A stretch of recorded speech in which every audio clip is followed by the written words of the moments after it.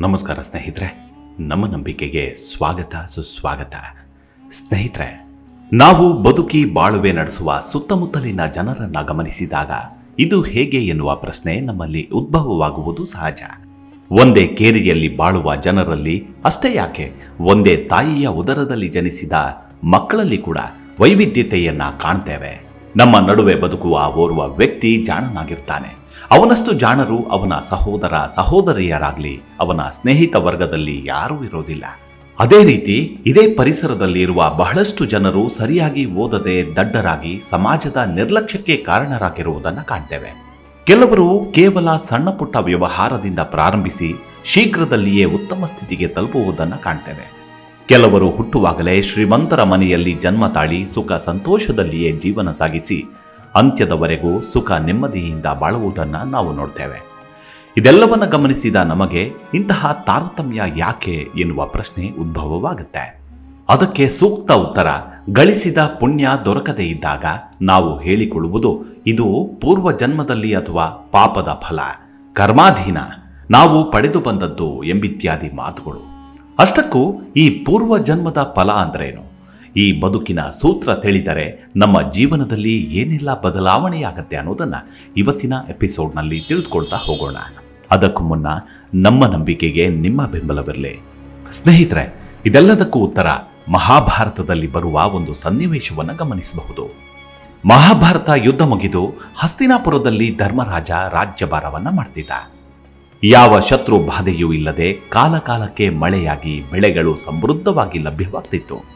ಪ್ರಜೆಗಳೆಲ್ಲರೂ ಸುಖ ಶಾಂತಿಯಿಂದ ಜೀವನ ನಡೆಸ್ತಿದ್ರು. ಹೀಗಿರುವಾಗ ಒಮ್ಮೆ ಶ್ರೀಕೃಷ್ಣನು ಹಸ್ತಿನಾವತಿಗೆ ಆಗಮಿಸಿದ. ಪಾಂಡವರು ಅರಮನೆಯ ಸಮಸ್ತರು ಸಂತೋಷ ಪಡುತ್ತಿದ್ದಾಗ ಕೃಷ್ಣನು ಕೆಲವು ದಿನ ಹಸ್ತಿನಾಪುರದಲ್ಲಿ ತಂಗಿ ಪಾಂಡವರ ಆದರಾತಿಥ್ಯವನ್ನು ಅನುಭವಿಸುತ್ತಿದ್ದ. ಹೀಗಿರುವಾಗ ಒಂದು ದಿನ ಕೃಷ್ಣಾರ್ಜುನರು ವಾಯು ವಿಹಾರಕ್ಕೆ ಹೊರಡ್ತಾರೆ. ಹೀಗೆ ಹೊರಟ ಕೃಷ್ಣಾರ್ಜುನರು ಹಲವು ವಿಷಯಗಳ ಬಗ್ಗೆ ವಿಚಾರ ಮಂಥನವನ್ನು ನಡೆಸಿದ್ರು. ಈ ಸಂದರ್ಭದಲ್ಲಿ ಅರ್ಜುನನು ತನ್ನ ಮನದಲ್ಲಿ ಮೂಡುವ ಒಂದು ಸಂಶಯವನ್ನ ಕೃಷ್ಣನ ಮುಂದೆ ಇಟ್ಟ. ಅದೇನೆಂದ್ರೆ, ಸಮಾಜದಲ್ಲಿ ಎಷ್ಟೋ ಜನ ಧರ್ಮದಿಂದ ಬಾಳ್ತಾರೆ, ಶ್ರಮ ಪಟ್ಟು ದುಡಿತಾರೆ, ಆದರೆ ಅವರಿಗೆ ಅದರಲ್ಲಿ ಸಾಫಲ್ಯ ಲಭಿಸೋದಿಲ್ಲ. ಹಲವಾರು ಕಷ್ಟಗಳಿಗೆ ಒಳಗಾಗ್ತಾರೆ. ಆದರೆ ಇನ್ನು ಕೆಲವರು ಅಷ್ಟು ಕಷ್ಟಪಡೋದಿಲ್ಲ, ಅಷ್ಟು ಧರ್ಮಿಷ್ಠರೂ ಆಗಿರೋದಿಲ್ಲ, ಆದರೆ ಅವರು ಸುಖದಿಂದ ನೆಮ್ಮದಿಯಿಂದ ಬಾಳ್ತಾರೆ. ಈ ತಾರತಮ್ಯವೇಕೆ ಕೃಷ್ಣ? ಈ ವ್ಯತ್ಯಾಸಗಳಿಗೆ ಕಾರಣವೇನು? ಈ ವ್ಯತ್ಯಾಸ ಹೀಗೆ ಮುಂದುವರೆದರೆ ಧರ್ಮಿಷ್ಠರು ಧರ್ಮಾಚರಣೆಯನ್ನ ಬಿಟ್ಟು ಬಿಟ್ಟರೆ ಮುಂದೆ ಸಮಾಜದ ಗತಿ ಏನು ಕೃಷ್ಣ ಎಂದು ಕೇಳ್ತಾನೆ. ಅದಕ್ಕೆ ಉತ್ತರವಾಗಿ ಕೃಷ್ಣ ಹೇಳ್ತಾನೆ, ಅರ್ಜುನ, ನೀನು ಸ್ವಯಂ ಪ್ರಾಜ್ಞನಾಗಿರುವೆ. ಅಲ್ಲದೆ ನೀನು ಕುರುಕ್ಷೇತ್ರದಲ್ಲಿ ಸರ್ವ ಉಪನಿಷತ್ತುಗಳ ಸಾರವಾದ ಗೀತೆಯ ಉಪದೇಶವನ್ನು ಸಹ ಪಡೆದಿದ್ದೀಯಾ.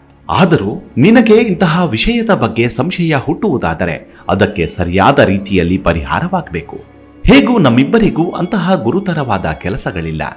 ಗಜಪುರವನ್ನ ಧರ್ಮರಾಜನು, ದ್ವಾರಕೆಯನ್ನ ಬಲರಾಮನು ಸಮರ್ಥವಾಗಿ ಆಳ್ತಿದ್ದಾರೆ. ಶತ್ರುಗಳೆಲ್ಲ ಭಾರತ ಯುದ್ಧದಲ್ಲಿ ಹತರಾಗಿರೋದ್ರಿಂದ ಈಗ ದೇಶಕ್ಕೆ ಯಾವ ಭಯವೂ ಇಲ್ಲ.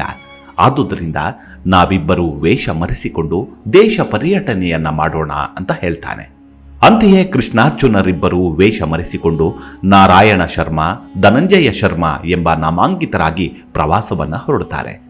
ಹೀಗೆ ಹೊರಟ ಈ ಇಬ್ಬರು ಒಂದು ಗ್ರಾಮವನ್ನು ತಲುಪುತ್ತಾರೆ. ಆಗ ರಾತ್ರಿಯಾಗಿತ್ತು. ಅದೊಂದು ಸಣ್ಣ ಗುಡಿಸಲು. ಅಲ್ಲಿ ಅತ್ಯಂತ ಬಡ ದಂಪತಿಗಳು ವಾಸವಿದ್ದಾರೆ. ಅವರಿಗೆ ಯಾವುದೇ ವರಮಾನವಿಲ್ಲ, ದೇಶಾವಾರಿಯಿಂದ ಜೀವನವಷ್ಟೇ. ಎಂದು ಅಧರ್ಮದಿಂದ ನಡೆದವರಲ್ಲ. ಉಡಲು ಬಟ್ಟೆ ಇಲ್ಲ, ಉಣ್ಣಲು ಅನ್ನವಿಲ್ಲ. ಇಂಥವರ ಮನೆಗೆ ಸರಿ ರಾತ್ರಿಯಲ್ಲಿ ಶರ್ಮದ್ವಯರ ಆಗಮನವಾಗುತ್ತೆ.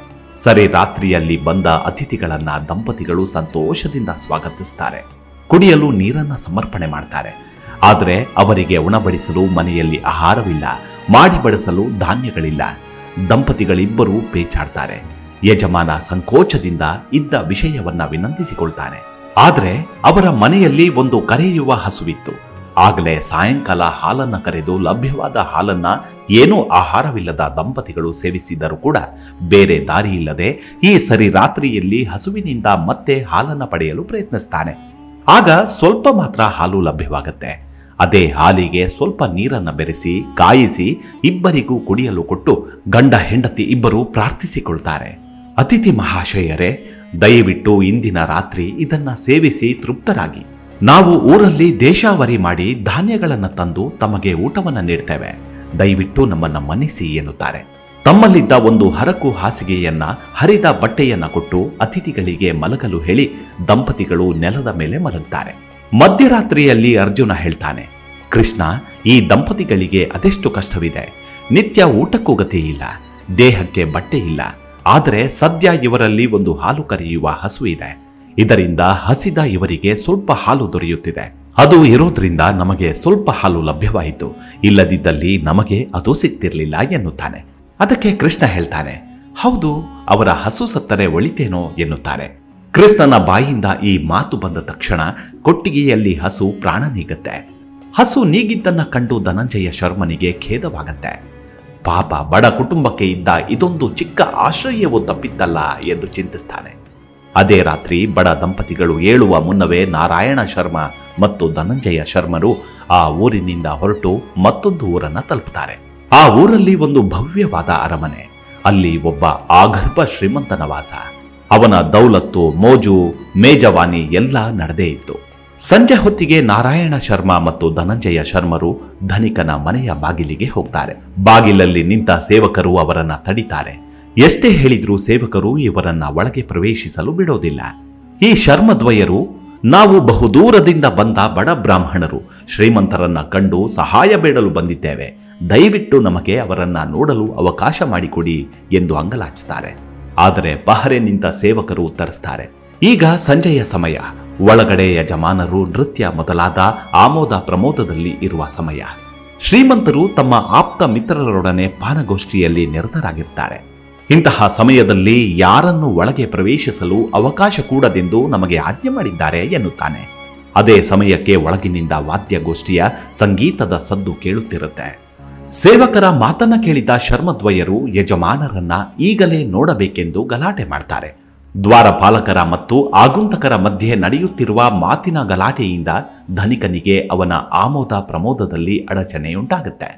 ಆದ್ದರಿಂದ ಕೋಪವಿಷ್ಟನಾದ ಶ್ರೀಮಂತ ಸೇವಕರನ್ನ ಕರೆದು ಗಲಾಟೆಗೆ ಕಾರಣವೇನು ಅಂತ ಕೇಳ್ತಾನೆ.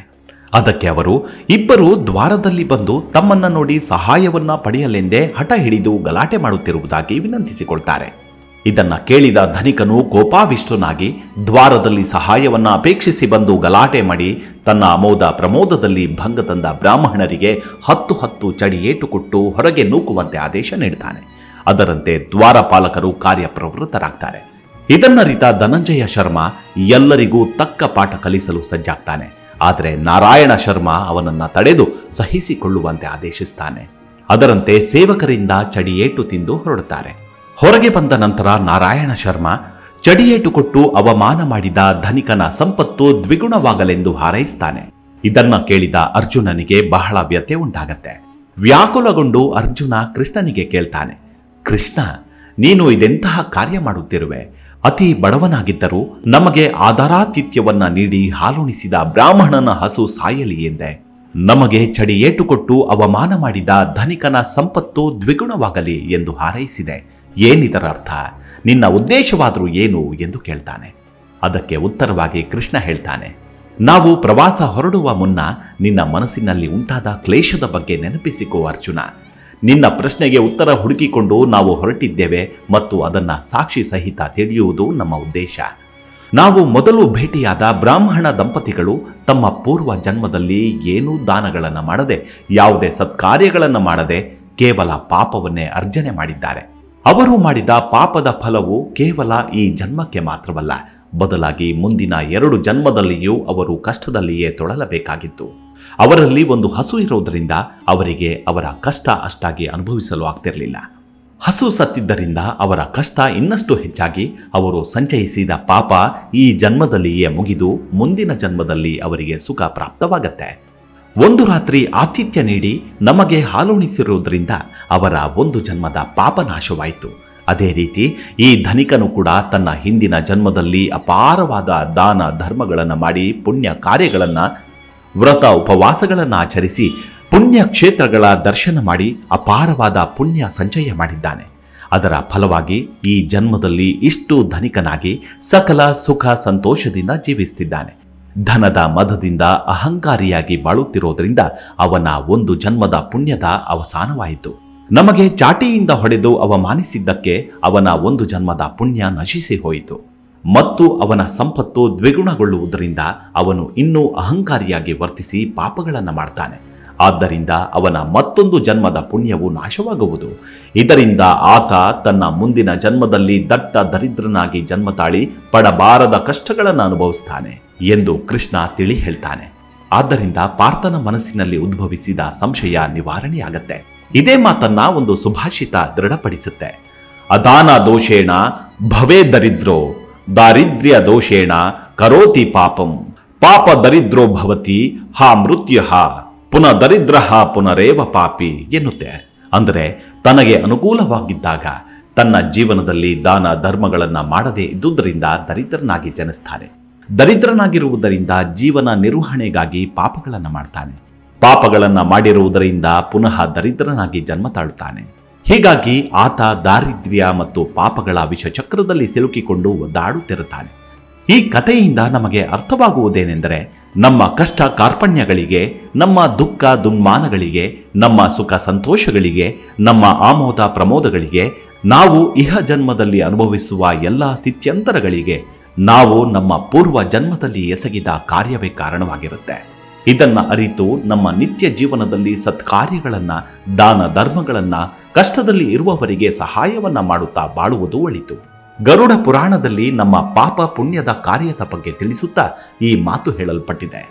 ಅವಶ್ಯಮೇವ ಭೋಕ್ತವ್ಯಂ ಕೃತಂ ಕರ್ಮ ಶುಭಾಶುಭಂ ನಾ ಭುಕ್ತಂ ಕ್ಷೇಯತೆ ಕರ್ಮ ಕಲ್ಪಕೋಟಿ ಶತೈರಪಿ ಎನ್ನುತ್ತೆ. ಅಂದ್ರೆ ಮಾಡಿದ ಒಳ್ಳೆಯ ಅಥವಾ ಕೆಟ್ಟ ಕರ್ಮಗಳ ಫಲವನ್ನ ಖಂಡಿತವಾಗಲೂ ಅನುಭವಿಸಲೇಬೇಕು. ಎಷ್ಟೇ ಕಾಲ ಕಳೆದರೂ ಕೂಡ ಫಲವನ್ನ ಅನುಭವಿಸದೆ ನಮ್ಮ ಕರ್ಮ ಕಳೆಯೋದಿಲ್ಲ. ಇದೇ ಸಿದ್ಧಾಂತವನ್ನ ದೃಢೀಕರಿಸುತ್ತಾ ಪಂಚತಂತ್ರ ಹೀಗೆ ತಿಳಿಸುತ್ತೆ.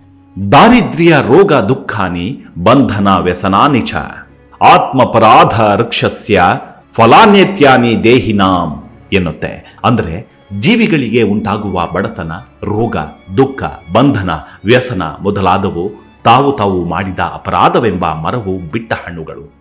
ನಮಗೆ ಸದಾಕಾಲ ಒಳ್ಳೆಯದೇ ಆಗಬೇಕು ಎಂದು ನಾವು ಬಯಸುವುದಾದರೆ ನಾವು ಸದಾಕಾಲ ಒಳ್ಳೆಯದನ್ನೇ ಮಾಡುತ್ತಿರಬೇಕು. ಬದಲಾಗಿ ನಾವು ಸದಾ ಸಮಾಜ ಕಂಟಕರಾಗಿ ಜೀವನ ನಿರ್ವಹಿಸುತ್ತಿದ್ದು ನಮಗೆ ಮಾತ್ರ ಸಮಾಜವು ನಿತ್ಯವೂ ನಿರಂತರವಾಗಿ ಒಳಿತನ್ನೇ ಮಾಡಬೇಕೆಂದರೆ ಅದು ಮೂರ್ಖತನವಾಗತ್ತೆ. ಆದುದರಿಂದ ಸದಾ ಸರ್ವದಾ ಒಳಿತನ್ನೇ ಮಾಡುತ್ತಿರೋಣ. ಮುಂದಿನ ಎಪಿಸೋಡ್ನಲ್ಲಿ ಮತ್ತೆ ಸಿಗೋಣ. ಅಲ್ಲಿವರೆಗೂ ನಿಮ್ಮ ಆರೋಗ್ಯದ ಕಡೆ ಗಮನವಿರಲಿ. Take care. ನಮಸ್ಕಾರ.